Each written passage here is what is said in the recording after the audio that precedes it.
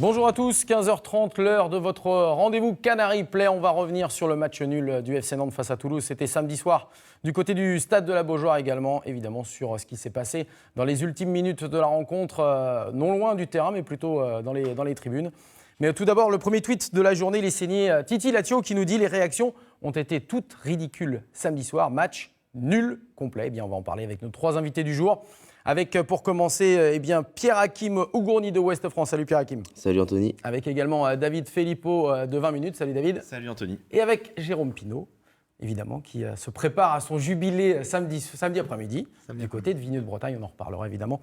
En fin d'émission, un petit mot. D'abord, je voulais savoir, David, si tout allait bien après le Vendée Globe de ce week-end. Paraît que tu as eu quelques petits soucis gastriques sur les bateaux, donc... Ah bon? Ouais. Non? Ça va mieux? Non, ça va mieux. Un petit peu blanc. Alors, juste, j'avais un petit truc. Si au cours de l'émission... vous voyez, c'était des sacs comme ça, voilà. exactement. Et ben voilà. Parce que je sais que tu en as utilisé pas mal. Donc, pas mal, tu peux Merci en tout cas. Voilà, l'émission, on va revenir sur ce qui a fait l'actualité du FC Nantes samedi soir. Et on ne va pas débuter par le match, une fois n'est pas coutume, mais par ce qui s'est passé à la fin de la rencontre. On va regarder les images ensemble. Vous les avez évidemment toutes vues puisque vous étiez au stade du FC Nantes samedi soir. Regardez d'abord les banderoles et puis derrière ce qui s'est passé, une partie d'un groupe de supporters nantais qui est arrivé dans les tribunes présidentielles pour aller déloger Valdemar Kita. Alors il n'a pas été exfiltré, le président du FC Nantes, il a été mis en sécurité par les forces de l'ordre. En tout cas, c'est des images. D'abord, je voudrais avoir votre avis sur ces images, Pierre-Hakim. Honnêtement, je trouve ça regrettable qu'on en arrive là, surtout que nous, on était juste au-dessus, en fait, la tribune de presse est juste au-dessus de la tribune présidentielle où se sont déroulés ces événements. Et c'est regrettable que des gens qui viennent au stade avec leurs enfants, etc., soient témoins de tels agissements. Moi, je comprends parfaitement que les supporters puissent être... exaspéré par l'état du club, par la gestion du club, mais après, je trouve que c'est pas forcément la bonne façon de le faire savoir, ça. Alors, on va voir l'avis évidemment des deux autres invités, mais je vais vous donner quelques tweets. Fabien Gourdon, une pensée aux enfants présents à la Beaujoire, hashtag ce n'est que du foot, ou encore Autrusso Camille qui nous met en direct, oui, le FC Nantes va mal, oui, monsieur Kita a une part de responsabilité, mais rien ne justifie les violences. David? C'est ce que j'allais dire. Rien ne justifie une telle violence. Moi, je sais que dans mes papiers, j'ai parlé de pseudo-supporters. Certains m'ont dit « Ouais, comment tu peux dire ça T'es le premier aussi à critiquer la gestion de Valdemar Kita. » Je dis « Oui, mais rien ne justifie une telle violence. » Que vous fassiez entendre en déployant des banderoles ou en chantant des chants anti-direction, pourquoi pas. Mais là, ce qui s'est passé, ça va écorner considérablement l'image des supporters nantais. Et c'est dommage parce que on parlait, depuis quelques saisons, on parlait pas beaucoup du jeu nantais, mais on parlait du public nantais. Et croyez-moi, moi j'ai discuté avec beaucoup de confrères de la France entière. Là, le public nantais, enfin l'image du public nantais en a pris un sacré coup. Les supporters, Jérôme, ils se tirent une balle dans le pied, ceux qui ont en tout cas agi de la sorte. Oui, dès dimanche soir, il y avait des tweets des supporters lensois qui disaient « Nous sommes redevenus le meilleur public de France ». Parce que la seule belle chose qu'il y avait à la Beaujoire depuis quelques années maintenant, malheureusement, c'est le public, c'est cette tribune. C'est cette chaleur dans ce stade. Et là, ils ont tout cassé. Et c'est dommage parce que, encore une fois, on peut être en désaccord total avec les décisions prises par le club. On peut être complètement effaré et en colère après ce qui se passe sur le terrain. Rien ne justifie ça. Il faut condamner ces gestes-là. Ce sont alors encore une fois, une petite partie des supporters. Ce ne sont pas des supporters, c'est des gens qui viennent et qui veulent faire mal, qui veulent faire des bêtises, qui veulent se défouler. C'est leur défouloir et ils n'ont rien à faire au stade. C'est pas la majeure partie des supporters du Football Club de Nantes. Comme dit Jérôme, on parle d'une centaine de personnes, de pseudo-supporters, a priori, qui sont partis de la Tribune Noire. Sur la Tribune Noire, c'est 7000 personnes. Il ne faut pas l'oublier, ça. Et on parle d'une centaine de personnes. Donc c'est une toute petite minorité qui est en train de tout gâcher. Et ce qui a fait du mal aussi, et ce qui est encore pire et encore plus condamnable, c'est qu'après ces actes-là anti-président, anti-direction, les casseurs se sont dirigés vers la tribune toulousaine. Donc ça veut bien dire que c'est des gens qui étaient là pour se coller et pour se mettre sur la tronche avec les autres.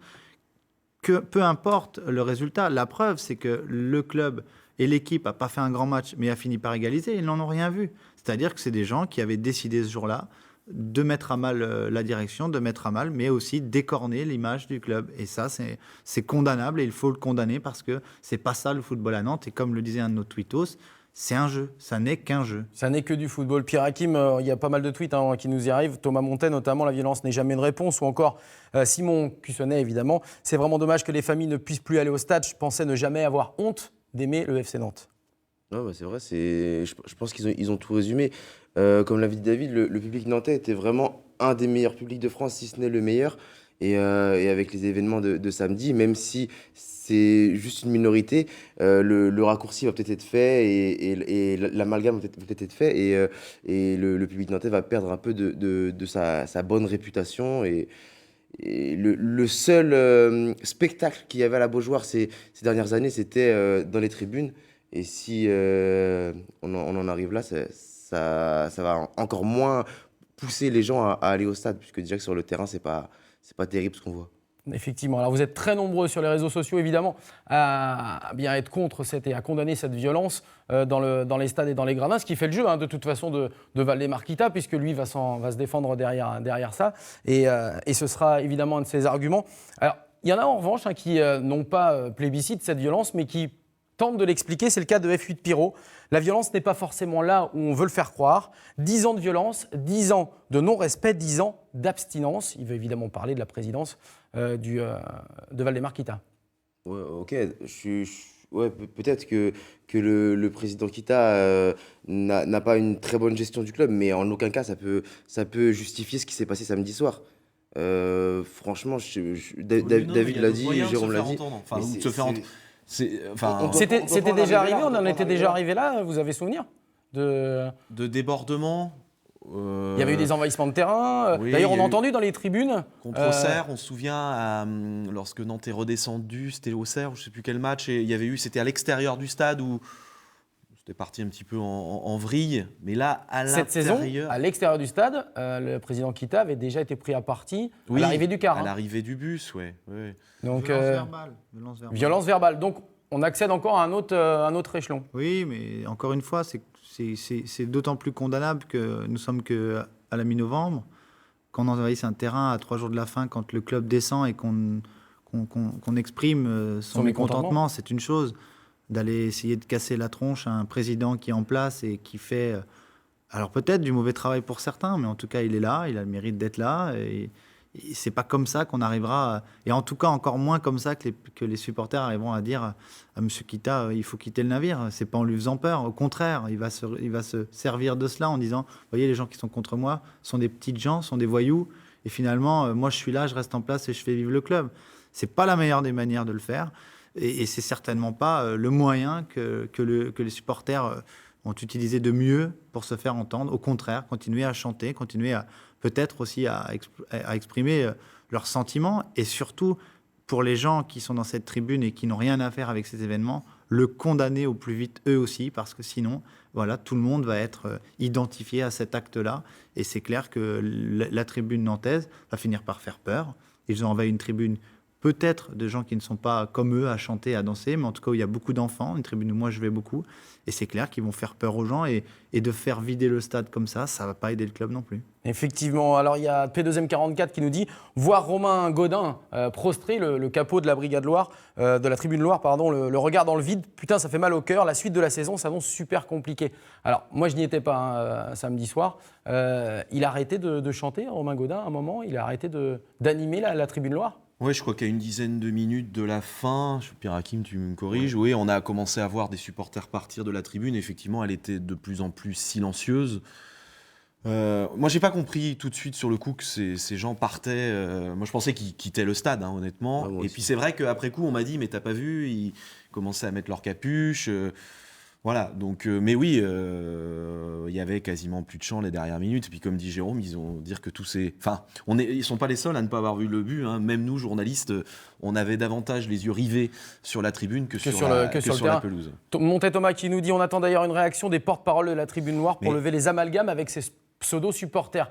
Qu'en est-il ? Est-ce que vous les avez eus ? Vous les avez contactés ? Oui, contactés, mais.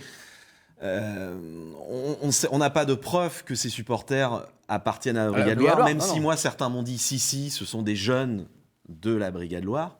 Donc si c'est le cas, effectivement, je trouve, je dis bien si c'est le cas, hein, je n'attaque personne, si vraiment il y a des membres de la Brigade Loire, il faudrait, à mon avis, que Romain Gaudin, le porte-parole, condamne au plus vite ce qui s'est passé. Pour le moment, il n'a pas l'air de vouloir le faire, il attend en tout cas pour le moment. Voilà. La réponse du FC Nantes, par le biais d'un communiqué sur ce qui s'est passé, évidemment. Il y aura une suite juridique à ce qui s'est passé. Alors, il y avait un très beau tweet de Franck qui tacle. « Nous sommes lucides, nous avons remplacé le dialogue par le communiqué ». Une citation quand même d'Albert Camus, s'il vous plaît. Et c'est vrai qu'on a vraiment la sensation que le club nantais, dans sa communication, de toute façon, le dialogue était déjà rompu depuis un petit moment avec les supporters. Mais là, il y a un fossé désormais, Jérôme. Oui, il y a un fossé, ça fait longtemps. Ça fait longtemps, mais là on appuie en savoir. David, non, mais bien sûr qu'il y a un fossé. Je crois que, encore une fois, on n'est pas là pour juger du comportement et de l'action du club. Rien ne justifie les actes de ce week-end. Mais en revanche, effectivement, on comprend qu'il peut y avoir du mécontentement. Nous sommes, nous supporters et nous passionnés par ce club, les premiers mécontents de ce qui se passe, de la gestion du club, dans la gestion de la communication du club, dans la gestion sportive du club, du recrutement du club. Mais moi, je suis en colère. C'est pas parce que je suis en colère que je vais essayer de casser la tête à n'importe qui ou de faire peur à des enfants. Il faut bien séparer les deux choses. Mais c'est sûr que le club, aujourd'hui, les événements vont le servir, mais ils doivent aussi, et j'espère qu'ils le font, et je pense qu'ils le font, se poser certaines questions du pourquoi, du comment, parce qu'on n'en arrive pas là quand on fait les choses bien, ça c'est sûr. Ça c'est sûr. Allez, on écoute Valdemar Kita, il était au micro de nos confrères de Canal+, juste après la rencontre, et puis on débriefe derrière. C'est toujours le même depuis 10 ans qui m'insulte et puis que je ne sais pas ce qu'ils veulent exactement parce que moi je ne joue pas au football, je ne suis pas l'entraîneur. Donc je veux bien qu'il n'y ait pas des bons résultats, mais nous on essaie de donner tous les moyens pour que ça marche. Et puis maintenant les gens ne sont pas contents. Quelques groupes de ce groupe-là est à 20, après 50. Et puis vous savez, il y a un certain moment, il y a peut-être aussi l'alcool et tout le reste qui fait les réagir un petit peu mal. Voilà. Je pense qu'ils veulent absolument me décourager. Le problème c'est qu'aujourd'hui on a mis beaucoup d'argent dans le club, on essaie d'organiser. On essaie de faire une équipe, on essaie de faire un stade correct avec toutes les installations. Et je pense qu'on ne comprend pas très bien pourquoi on réagit comme ça et pourquoi personne ne fait rien. Pourquoi personne ne fait rien? Alors il y a d'abord un tweet qui, je me permets de donner, c'est celui de Rudy C44 qui, au lieu d'aller pleurer sur les émissions, sur les radios et les émissions qui connaissent rien au FC Nantes, qui ferait mieux de venir à Canal Replay. Et évidemment, il a tout à fait raison. La porte elle est ouverte, mais Valdemar Kita, il a du mal à revenir maintenant en ce moment. Une première chose, Pierre Hakim, au début de l'interview de Valdemar Kita, il dit très clairement, le président, je ne suis pas les joueurs, je ne suis pas l'entraîneur. Ouais, c'est peut-être quand même le patron c'est du peut-être club. une façon. Non, c'est peut-être une façon de se dédouaner, mais même s'il n'est pas sur le terrain, même si ce n'est pas lui qui fait l'équipe, il a quand même une part de responsabilité dans le fait que l'équipe stagne depuis son retour en Ligue 1, parce que l'entraîneur c'est lui qui le choisit. Après, on va pas tout remettre non plus sur le dos de René Girard, hein, mais l'entraîneur c'est lui qui le choisit. Je pense que peut-être via son fils ou peut-être lui directement, il a quand même un œil sur les recrues. Donc Oui. les joueurs qui sont sur le terrain et l'entraîneur qui est sur le banc, c'est quand même lui qui les a choisis. Donc dire je ne suis pas les joueurs, je ne suis pas l'entraîneur, c'est se dédouaner, mais un peu trop facilement, je trouve.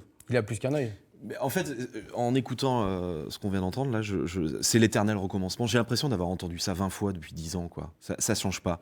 Parce que les supporters, c'est aussi récurrent, qui s'en prennent à Valdemar Kita. Donc ça, on l'a déjà entendu, et c'est toujours la même chose. Et je suis pas persuadé qu'il y ait une vraie remise en cause du président Kita depuis 9 ans, quoi. Voilà. Ça change pas. Rien ne change.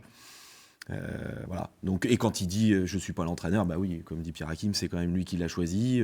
C'est même lui parfois qui choisit les joueurs. Hein. Sigthorsson, c'est mon joueur, criait-il il y a 1 an à la Jonolière. C'était son joueur. Zakarian, il n'en voulait pas. Il voulait Sio ou Briand. Ou les deux. Même. Voilà. Et ben, il a eu Sigthorsson qui met plus un pied devant l'autre, qui joue même plus à Galatasaray. Voilà. La réaction suite à l'interview de Valdemar Kita, c'est vrai que tu as déjà entendu ça, Jérôme? Bien sûr. Tu sais, j'ai été souvent à dire que ce club, dans un club, on doit avoir un projet. Et que quel que soit le patron, quel que soit le nom du patron, si M. Kita est le patron du club aujourd'hui et qu'il a les moyens de l'assumer, tant mieux. En revanche, qu'on puisse s'enfoncer ainsi, sans jamais réagir, en trouvant des des profs faciles et en leur pointant du doigt et en disant c'est leur faute à eux, moi j'y suis pour rien. C'est trop facile. Je ne peux pas imaginer que cet homme-là n'ait pas l'intelligence de faire le point, de prendre du recul et de se dire on fait les choses pas comme il faut. Mais il a eu le temps de le faire, il a eu 9 Bien ans sûr, pour le faire. donc pourquoi fait-il comme ça? Forcément, il y a des choses. Il travaille avec son fils. Peut-être n'est-il pas la bonne personne. Il y a des gens autour du club qui sont là. On ne sait pas trop ce qu'ils font là exactement. René Girard, qui a d'ailleurs tapé sur José Touré, puisqu'on parle de José Touré depuis quelques semaines. Que fait José Touré au sein du club? On n'en sait pas vraiment. Mais si ça n'était que ça, ce ne serait... Oui, mais des exemples comme ça, on peut en avoir plusieurs. On a aujourd'hui, moi je pense, je l'ai dit très récemment sur un autre support, on prend aujourd'hui de plein face la politique du club d'écarter tous les anciens du club. Et aujourd'hui, ce qui fait peur, c'est que ce soit au centre de formation, jusque dans les bureaux de la Genelière, on a l'impression que tout le monde ne parle pas le même langage. Oui, mais Valdemar Kita, il va te répondre, mais il y a Olivier Monterrubio qui est au sein du club, mais il y a José Touré, il y a William Ayache. Ce sont des anciens. D'accord, voilà. Ouais. Ok, d'accord. Samuel Fenilla, C'est bien le problème, c'est qu'on sait qu'on met des noms. Donc voilà. Voilà, je préfère les gens qui travaillent, les mecs qui ont des noms. Maintenant, chacun son choix, mais on le voit le résultat aujourd'hui. Et dans toute entreprise, M. Kita est patron d'entreprise, dirigeant d'entreprise, dans toute entreprise, quand ça ne va pas, on change. Et pas là. Et là, non. Et pas là. Et alors comment Valdemar Kita... Et Dieu sait s'il y a des gens qui sont volontaires et qui veulent travailler, qui aiment ce club. Mais pas avec Valdemar Kita. Et là, on Plus fait maintenant, référence ça, à la c'est dernière sûr. génération. Je fais de référence à personne. Moi, je la fais, en tout cas, à Nicolas Savino et à Michael Landreau et consorts. Pierre Hakim, justement, par rapport à cette situation qui perdure depuis des années, comment un chef d'entreprise comme Valdemar Kita peut se contenter d'une 13e place comme meilleur classement en Ligue 1 depuis qu'il est revenu au club? Alors, honnêtement, je ne sais pas. Mais tu pouvais te contenter de cette place-là l'année de la remontée. On va dire que Nantes avait vécu plusieurs années en Ligue 2, remonté en Ligue 1. Il pouvait se contenter d'un maintien relativement tranquille à la 13e place. Mais après, c'est vrai que faire 3 saisons quasiment identiques et qui laissent, surtout la dernière, qui laisse vraiment un goût d'inachevé, alors qu'on avait vraiment l'impression qu'il y avait la possibilité de faire mieux. J'ai du mal à comprendre pourquoi ou alors peut-être que c'est lui qui est pas forcément adapté aux exigences du haut niveau, que ce soit au niveau du choix de l'entraîneur ou au niveau du choix des joueurs. Une réaction, Jérôme ou David, sur ce que vient de dire Pierre Hakim? Moi, mais c'est exactement ce que j'essaye de dire, c'est que aujourd'hui, il n'est pas adapté au club. Il a perdu l'essence même de ce qu'est ce club. La jeunesse, la formation, un jeu, une histoire. Il a tout oublié aujourd'hui. Et ce qui se passe samedi dans la tribune, si on a des gens en place qui font partie historique du club, même que l'équipe joue mal, on a des gens qui sont là et qui arrivent à discuter parce qu'ils font partie de l'histoire du club, parce qu'ils sont respectés par les gens qui viennent au stade. Et on leur dit, il y a un projet de jeu, alors ça met du temps. Nous non plus, on n'a pas toujours été bons, mais on va y arriver. Aujourd'hui, il n'y a plus rien de tout ça. Tout est oublié. Il n'y a plus une personne qui respecte ce maillot, qui respecte ce blason, qui sait où est l'histoire de ce club. Alors très bien, on travaille, on met de l'argent, on investit. Où? Quoi? Comment? Quel joueur forme-t-on aujourd'hui? Quel joueur a-t-on aujourd'hui? Et quelle génération a-t-on en disant on va avoir une super équipe dans 3 à 4 ans? Il n'y en a pas. Il n'y en a pas. Et pourtant, il y a des joueurs formés au club, quelques-uns, en tout cas, Boateng, Dubois, Rongier. C'est ce que vont rétorquer les dirigeants nantais à l'heure actuelle, David. Oui, parce qu'il y en a quand même. L'autre jour, à quel match il y avait 5 joueurs au coup d'envoi, Angers, 5 ou 6. Il y en a. Faut pas tout jeter non plus. Le centre de formation bosse quand même. Ouais. Et d'ailleurs, je trouve même que c'est le centre de formation qui masque un peu la misère, qui masque un recrutement, la faiblesse d'un recrutement catastrophique, surtout au milieu du terrain, qui est en train de plomber ce club, parce qu'ils se sont complètement plantés dans les grandes largeurs au milieu du terrain, surtout. Avec Kachaniklic et Thompson. Je suis assez d'accord avec toi, David, jusqu'au moment où moi je pense que la formation, elle ne s'arrête pas une fois qu'on a signé son premier contrat pro. Et l'exemple type, c'est Amin Harit. Aujourd'hui, Amin Harit a surfé sur la vague championnat d'Europe. Et si on est un bon éducateur et qu'on est un vrai centre de formation, on se dit, au bout de 3 matchs, on dit stop, il faut qu'il souffle. Mais non, mais oui. Et on le met en presse. On le met un peu. C'est ça, justement, le problème, c'est qu'il n'y a pas forcément sur le banc des joueurs qui sont capables de prendre le relais d'Amin Harit. Parce qu'à la base, même si Amin Harit était un des éléments prépondérant du titre des champions d'Europe U19, il n'était pas parti pour être titulaire cette saison. Il y avait Thompson, il y avait Kacaniklic, il y avait Thomasson, Gillet, Rongier, il y avait énormément de joueurs à ce poste-là au milieu de terrain. Sauf que les recrues n'ont pas eu le rendement escompté. Thomasson était blessé sur les 2 premiers matchs, donc Amin Harit a joué, il a bien joué, donc il a gardé sa place. Mais si les joueurs à côté étaient au niveau, je pense qu'Amin Harit aurait fait quelques matchs sur le banc et ça lui aurait fait du bien aussi. Donc Girard fait contre mauvaise fortune bon cœur et doit mettre Amin Harit en tout état de cause. Il le mettra pas à Paris. C'est pas ça, mais il est suspendu. Donc René Girard, d'un côté, il est obligé de mettre les meilleurs joueurs sur le terrain. Il va pas non plus se tirer une balle dans le pied. Sachant que le club a des mauvais résultats depuis quelques années, il va quand même essayer de mettre les meilleurs joueurs sur le terrain. C'est pas forcément de sa faute si les recrues ne sont pas au niveau. Donc, attention. Certaines. Le Suédois, c'est le clan Girard qui le veut. Hein. Oui, mais moi je te parle les joueurs. Les joueurs les recrues ne sont pas forcément au niveau, donc Girard est obligé. Oui, d'accord. De mettre Harit. C'est lui qui a voulu du Suédois. Oui. Après, ça a été un recrutement fait de toute façon, visiblement. Il a tout validé, même si je pense que c'était pas ses premiers choix. Mais il a validé en tout cas. Excusez-moi, j'ai du mal à le dire. Kacaniklic. Voilà. Ça, c'est le Vendée Globe. Ça doit être ça. Toujours un bout de. Pardon. Oui, donc c'est ce joueur. Il le voulait absolument, ce Suédois. Enfin, voilà, il faisait partie de la liste. Donc après, il a validé tous les autres. Mais après, je sais pas en quelle position, quoi, parce que. Allez, je vais me faire rouspéter par Claude Boucher parce qu'il m'avait dit de vous dire évidemment que l'émission était pour la première fois sur Facebook Live, donc n'hésitez pas, vous pouvez évidemment partager. Ouais, c'est maintenant. Au bout de 20 minutes, vous m'avez tellement pris là avec vos conversations que je l'ai oublié. D'ailleurs, vous pouvez envoyer également vos tweets, même s'ils n'apparaissent pas aujourd'hui. Pour des problèmes techniques, je les reçois sur la petite tablette. Donc n'hésitez pas. Vous voulez dire quelque chose? Non, je disais qu'au niveau de la formation et de ce jeune joueur, qui est très bon, ma foi, pas de problème, il faut se rendre compte de quelque chose. Moi, quand j'étais jeune joueur, il y a longtemps, le FC Nantes était la Mecque. On voulait tous aller au FC Nantes, mais que ce soit les joueurs qui habitaient à Lorient, à Rennes, à Brest, à Caen. Mais même en France. Et aujourd'hui, c'est plus le cas. Et effectivement, David, je suis d'accord avec toi. On a formé des joueurs qui jouent face à Angers en Coupe de la Ligue. Ça veut dire ce que ça veut dire. Pas forcément des jeunes garçons titulaires. De très haut niveau, ça c'est sûr. En Ligue 1 et regardez la gestion du cas Kipembe à Paris. Et regardons la gestion de ce que fait Amin Harit. On fait le même métier. Alors c'est vrai qu'on peut faire le parallèle, même si effectivement, je pense que l'effectif parisien est un peu plus riche. Ok, mais la gestion d'un jeune, ça reste la compétence d'un centre de formation. On est d'accord. On essaie quand même d'aller sur le match. Parce qu'il n'y avait pas grand-chose à dire. Hein, non plus. Donc c'est bien pour ça qu'on a fait beaucoup plus sur l'extra sportif pour ce Canary Play. Allez, on va évidemment passer ce tweet de Pascalov qui nous dit: il semble que les Nantais se battent plus dans les tribunes que sur le terrain.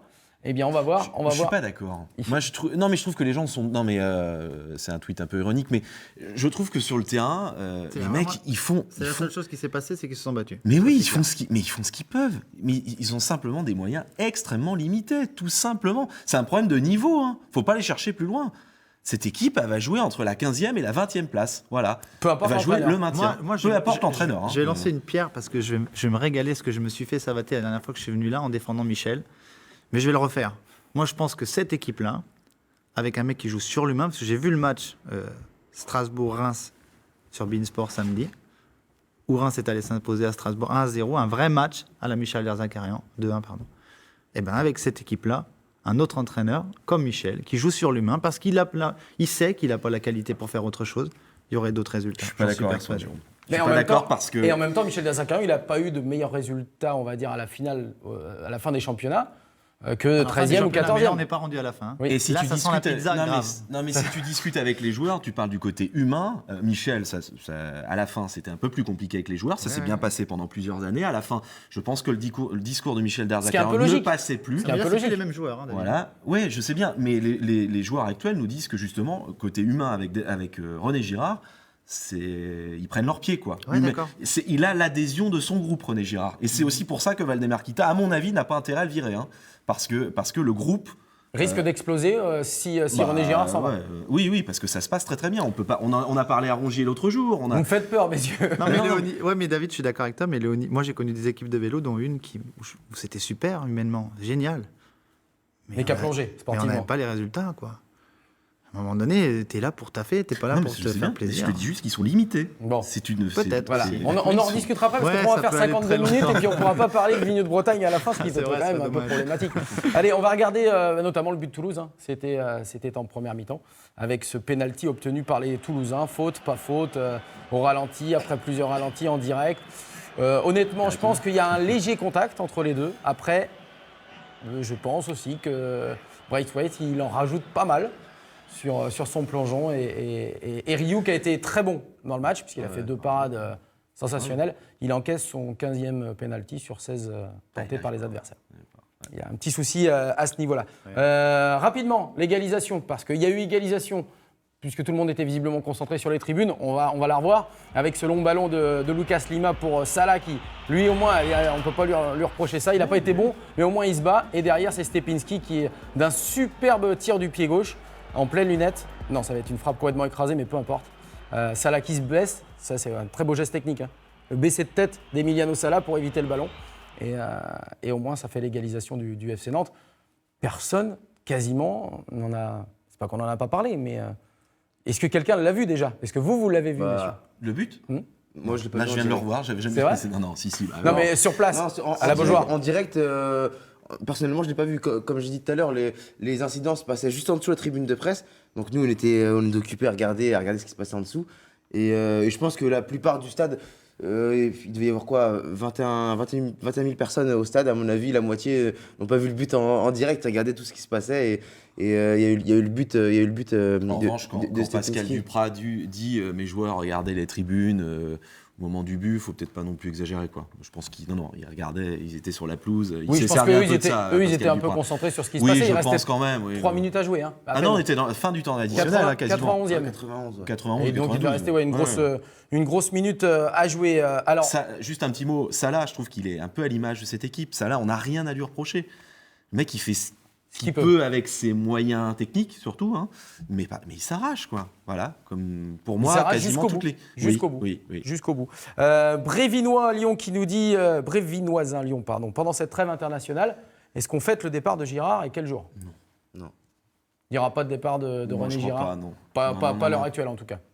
Il y aurait pu en avoir un Avant à la dernière trêve, mais là, je crois que ça ne bougera pas. Là, on verra en décembre. Par contre, en revanche. Avant le mercato hivernal. Mercato hivernal, peut-être. Ça. Peut-être. Allez, on passe évidemment rapidement sur le classement pour voir que le FC Nantes se retrouve à la 16e place avec 12 points. C'est le même classement avec. Ils étaient 16e déjà lors de la dernière relégation, l'année de la dernière relégation. Ils avaient 11 points simplement. Mais au classement, en tout cas, vous le voyez, ils sont 16e avec 2 points d'avance sur la zone rouge. Ça fait sourire, mais alors c'est quoi? C'est jaune? Nerveux. C'est nerveux? Non, du tout, ça me fait rire. Surtout, ce qui me fait rire, c'est de trouver 4 équipes moins bonnes que nous. Oui, Ça, c'est pour quand même l'instant, assez c'est le cas, mais exceptionnel. il n'y a que 12 journées de jouer. Donc, Non, mais Ouais, mais ça peut être aussi dans le sens inverse. Les équipes qui ont été meilleures que Nantes peuvent être moins bonnes que Nantes dans les journées à venir. Donc le début de saison est pas très encourageant. Mais on peut espérer un. Mais ce qui est inquiétant, Une partie Pierre plus Hakim, c'est intéressante. surtout de voir que c'est déjà le feu, quoi. Et qu'on n'est que à la qu'à la mi-novembre. 12e journée. On est au tiers du championnat. C'est ça qui est inquiétant. Comment va-t-on se remettre de tout ça? Comment va-t-on se remettre de ces incidents, de ces supporters qui vont demander la démission chaque match? Comment vont réagir les joueurs quand on a envie de sauver un club? Parce que de bien s'entendre, je suis d'accord avec toi, c'est important, mais il faut quand même avoir envie de sauver ce club. Et qui a envie de sauver ce club dans ce groupe? Le groupe est jeune. Pas l'entraîneur, ça c'est sûr. Pour moi, il est de passage et si c'est pas là, ça sera ailleurs. On verra. On verra. Pour l'instant, moi, je suis inquiet, ça c'est clair. Oui, je partage. Il y a quelque chose qui a changé au niveau de l'attente des supporters, je pense, parce que j'ai vu sur un autre plateau de télévision Eric Carrière qui connaît bien la maison et qui disait que depuis que Nantes était remonté, il y avait vraiment un beau public à Nantes et qu'on a l'impression que l'exigence est montée d'un cran en fait au niveau des supporters qui vont Trop rapidement peut-être trop rapidement parce que là on est que à la 12e journée. Qu'est-ce qu'il a vendu, le président Kita, en début de saison cet été? Bah, Qu'est-ce c'était qu'il a dit? un top 10. Oui, bon, bah voilà. Mais après, le club est 16e, là, enfin, Ouais, mais 15e. les Et puis ils supporters savent très bien voient- qu'ils vont venir voir une équipe qui va jouer le maintien toute la saison. Donc ils sont exaspérés par rapport à ça. Ouais, mais les supporters voient les joueurs sur le terrain. Ils connaissent les joueurs qu'il y a. Karim, on est là aussi. Il n'y a pas que David. Les supporters voient les joueurs sur le terrain et ils savent qu'ils ne sont pas capables de faire des miracles. Hein. C'est pas, en termes d'effectifs, Nantes est peut-être à sa place, à la 16e place. Hein. T'as pas de génie dans l'équipe. Le seul techniquement qui est capable de faire des différences, c'est peut-être Aminarit. Et encore, on voit que ça fait 3-4 matchs qu'il est vraiment en dedans. C'est quand même triste de dire ça. On revient à ce qu'on disait tout à l'heure. Aminarit, on ne le connaissait même pas il y a 6 mois. Non, mais c'est pour ça. On le disait, répétait depuis des semaines sur le plateau de Canary Play, on ne doit pas donner les clés d'un camion. Un jeune comme ça qui a du potentiel. Dimanche et samedi, il n'a pas été bon. Non, il perd énormément de ballons dangereux. Il porte beaucoup la balle. Alors certes, c'est un des seuls. Non, mais qui ça le serait sait dommage, faire. en revanche, de ruiner son potentiel. Mais c'est ce qu'ils sont en train de faire. En l'alignant constamment. C'est ce qu'ils sont en train de faire. Et en le dégoûtant à la limite, parce que c'est vrai que c'est un petit peu problématique. Partira l'été prochain, vous verrez. Puis voilà. Bon, j'espère pas en tout cas, mais on verra bien. Atori S qui nous dit annonce supporters du FC Nantes recherche repreneur sérieux pour leur club en souffrance depuis trop longtemps. Ça, pour le moment, apparemment, ça n'est pas d'actualité sur la possibilité d'un repreneur. On va regarder ensemble rapidement les matchs à venir pour les Canaries. Ça va être compliqué. Déplacement à Paris contre le PSG. Ce sera dans 15 jours, bien évidemment, au Parc des Princes, avec 2 petits tweets au passage. Ronan Pouclet, si les galets de saucisses en prennent 4, le Stade Rennais. J'ai peur pour nous dans 15 jours. Ou encore, Fan FCN 85-44, si on ne va pas au Parc, on peut perdre sur tapis vert 3-0. C'est peut-être mieux, non ? Donc c'est vrai que ça sent quand même la déculottée pour le FC Nantes. On peut faire 0 point là. Ah oui, parce qu'après il y a Lille et Lyon, réception de Lille et Lyon. Et là, je pense que Nantes peut être dernier. Et là, Nantes peut être dernier, et on arrive quasiment à la mi-décembre, là où Roland Courbis est visiblement disponible. Donc peut-être que la boucle sera bouclée à ce moment-là. On le saura peut-être après. J'espère que vous avez tout compris. C'est ce que j'ai dit. Je ne suis pas sûr d'avoir été très clair, mais bon. Si, c'est très clair. On va terminer. Roland Courbis, tu veux Garde-le, on ne sait jamais, David, parce qu'on n'a pas encore terminé l'émission. On va évidemment parler avec Jérôme Pinault du jubilé Jérôme Pinault, puisque, attention, ça se prépare, c'est samedi après-midi à Vigneux de Bretagne. Alors, il y a beaucoup de monde, des cyclistes, il y aura Sylvain Chavanel, il y aura Brian Cocard, il y aura des footballeurs. On parlait de Michael Landreau tout à l'heure. Mika, visiblement, va faire un aller-retour pour toi, c'est sympa. Exact. Il y aura également Nicolas Gillet, qui fête ses 40 ans aujourd'hui. Et oui, on en profite, un bon anniversaire à Nico Gillet. Ça va être une belle fête ? Oui, une belle fête avec mes 2 passions menues, le football le samedi, avec un beau match, comme tu l'as dit, avec dans nos rangs à nous l'équipe contre les Canaries, Michael Sylvestre aussi, le Rennais. Ouais, ça va faire du beau monde. Il va y avoir du beau monde, un beau spectacle, du beau jeu. Venez à Vigneux, il va y avoir du beau jeu. Et puis le dimanche matin, une randonnée VTT où je raccrocherai le vélo pour de bon. Officiellement, voilà. Et parmi beaucoup d'invités seront présents sur la pelouse samedi après-midi, un grand meneur de jeu travaillant sur le service public. Anthony Brulé, c'est exact. Donc venez nombreux parce que ça va être du spectacle. Attention. Grand spectacle à venir. On va régaler évidemment. En tout cas, il y aura des buts. Il y aura plus qu'un partout, ça c'est sûr. Ça c'est sûr. Et puis il y aura des sourires, il y aura tout ce qui va avec. On va se régaler. Et tout ça au profit de l'association Un maillot pour la vie, bien évidemment, puisque tous les profits seront reversés à l'association Un maillot pour la vie. Donc venez nombreux samedi après-midi à 14h30 au stade de Vigneux de Bretagne pour nous encourager, parce qu'on va avoir du mal évidemment, mais pour nous encourager, puis pour évidemment l'association Un maillot pour la vie. Pierre-Hakim Ougourny, un grand merci. Merci à toi. Et puis on espère évidemment que ça va aller un peu mieux pour le FC Nantes. David Filippo, faut que tu arrêtes de boire des chocolats chauds avant d'aller en mer. Donc, d'accord. Maintenant, je vais raconter toute ma vie privée. J'espère que tu as bien retenu la leçon. C'est bon, et puis Jérôme Pinault, un grand merci également. Une bonne fête samedi pour toi. Et puis on se retrouve nous, alors pas mardi prochain, puisque il y a trêve internationale, donc pas de Canary Play. On a décidé, nous aussi, d'avoir des trêves. Donc on fait la trêve, on se retrouve le mardi dans 15 jours, évidemment. Un grand merci à Claude Boucher qui me supporte depuis pas mal de temps dans l'oreillette et qui est aux manettes. Et puis à Bertrand, dont c'était la première aujourd'hui en équipe technique, en régie. Et puis à tous ceux qui bossent toutes les semaines au contact de Canary Play. Merci à tous et à mardi dans 15 jours. Bye bye.